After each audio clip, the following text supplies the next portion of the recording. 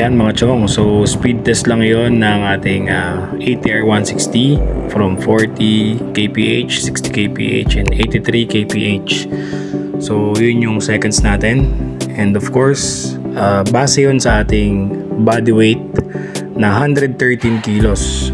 So alam nyo na, mas magaan yung rider, mas mabilis at maliksi yung takbo ng ATR 160. So naka-base lang tayo doon sa silinyador natin na para tayo naka-clutch. So after 40, baba, bomba ulit. After 60, baba, bomba ulit. Hanggang mag-80.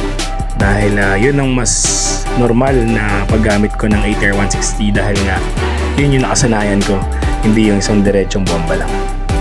Isang magandang part pa na itong ATR 160 is kada rev ko ng kanyang silinyador is pumapasok dun yung parang hybrid assist niya na parang may konting tulak talaga dun sa torque niya. Kaya din siguro mafe-feel mo talaga pag minamaneho mo na to is mabilis yung arangkada. Lalo na siguro kapag magaan yung rider, talagang mafe-feel mo talaga na sobrang bilis mo, which is talagang mabilis yung arangkada na itong ATR 160. Yan, so try natin sa next vlog natin is yung top speed naman, kung makakahanap tayo ng maluwag na kalsada para ma-reach natin yung top speed ng ATR 160 ko base sa aking body weight, diba? Kasi iba-iba naman ang top speed dyan, depende sa rider weight. Pero dahil 160cc nga ito at plus may hybrid assist pa, so medyo titignan talaga natin kung saan naabot yung top speed niya with hybrid assist or yung additional torque because of that 14 amps battery. Dumaan na rin pala tayo sa paggawaan ng seat cover. Nagpagawa tayo ng cover ni ATR 160 para hindi magasgasan or madumihan kagad yung stock seat cover nito. Pero yung pinagawa natin is pinagaya ko lang yung design na two-tone nung stock seat cover ng gray na ATR 160, which is black and gray. So dito sa pinagpagawang ko, pwede mong intayin kasi isang oras lang ako nag-intay para dun sa seat cover niya na garterize, hindi ko na pinagantak dun sa motor para pwedeng tanggalin, di ba? Kung if ever masira, hindi na mahihirapang magtungkab, garter lang kasi siya. So binayaran ko dyan is dapat 400 lang dahil nga two-tone yung tahe. Sinihil ako ng 500 pesos, pero okay lang din naman kasi kuwang-kuha naman niya yung itsura ng stock na upuan ni ATR 160. Yan, so tapos na agad at binubuhol niya na yung garter para saktong-sakto yung fit dun sa ating upuan.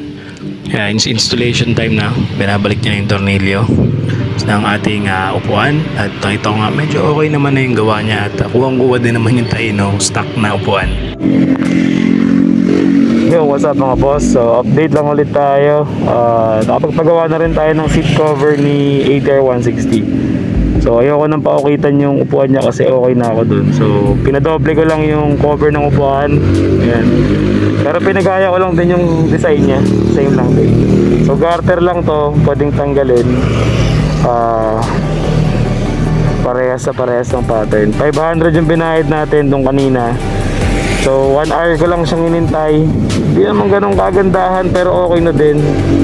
Kesa pag nabutas yung una, mahirap na. So at least ito, mabutas man yung ibabaw, yung original hindi pa rin na gagalaw. Pwede na yan, 500 lang. Tapos update sa ating sticker. Ayan, ganda tignan no, ng headlight. Tsaka to, para iwas gas-gas lang naman, diba? Tsaka sa likod, ayan, iwas gas-gas. Tapos update natin kayo kapag maganda sa madilim, kung hindi nabawasan yung ilaw niya. Then update tayo sa parts nito. So meron din daw available na fuel filter and air filter nito sa kasa. So sa nagtatanong dun sa vlog ko boss, shoutout sa'yo. Meron daw available na air filter tsaka fuel filter. So huwag kayong mag-alala mga bossings. ATR 160, ulitin ko nga, may mga parts na available yan sa Bristol. So probably yung ibang mga wala or by request is siguro yung ibang part ng makina. Pero sabi naman nila, meron din daw talagang parts niya kasi ADX na Bristol is halos similar, kaya imposibleng walang parts to sa ATR 160. Pero may mga available na silang on hand. Yung mga upgrade naman, mga accessories, hindi ko lang sure kung dumating na yung bracket nila sa Bristol, pero meron nagbebenta sa online, pwede na kayong bumili. Tapos sa speed naman, di pa tayo makapag top speed vlog kasi ang hirap kumuha ng tempo. Pero isa lang may assure ko sa inyo, mas mabilis talaga to kumpara sa ADB 160. Para sa akin lang ha, sa mga magka-comment dyan, kasi yung torque nya, ibang klase yung bitaw nito.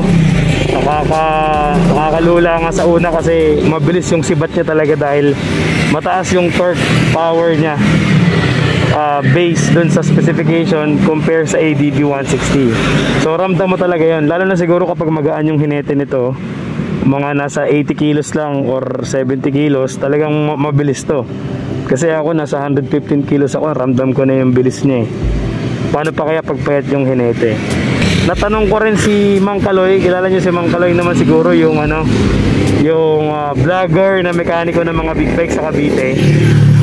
So nag-usap kami and sinabi ko yung paano ba yung hybrid application nito dito sa ating ATR 160. So sabi niya, ang own diagnose niya is baka sa magneto daw. Dahil nga sobrang taas ng amperage ng battery nito, hindi siya makapaniwala. Pang Harley Davidson na nga daw yung battery nito, 14 amps. So baka pumupunta sa magneto yung extra power ng battery na yun, then nag-add ng torque dun sa scooter, kaya din siguro mas mataas yung torque nito kumpara sa ADB 160.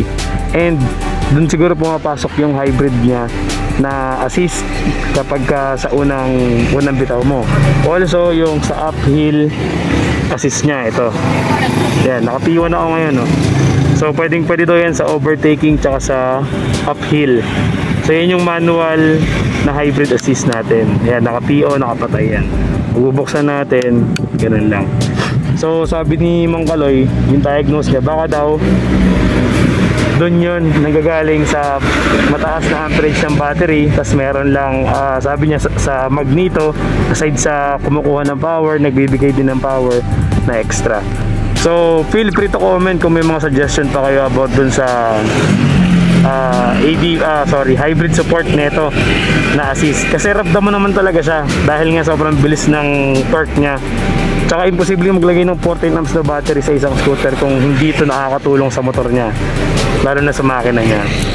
Kaya for sure may kinalaman talaga yung 14 amps battery na yan dun sa hybrid assist power ng ATR 160. Ang bilis, sobrang bilis.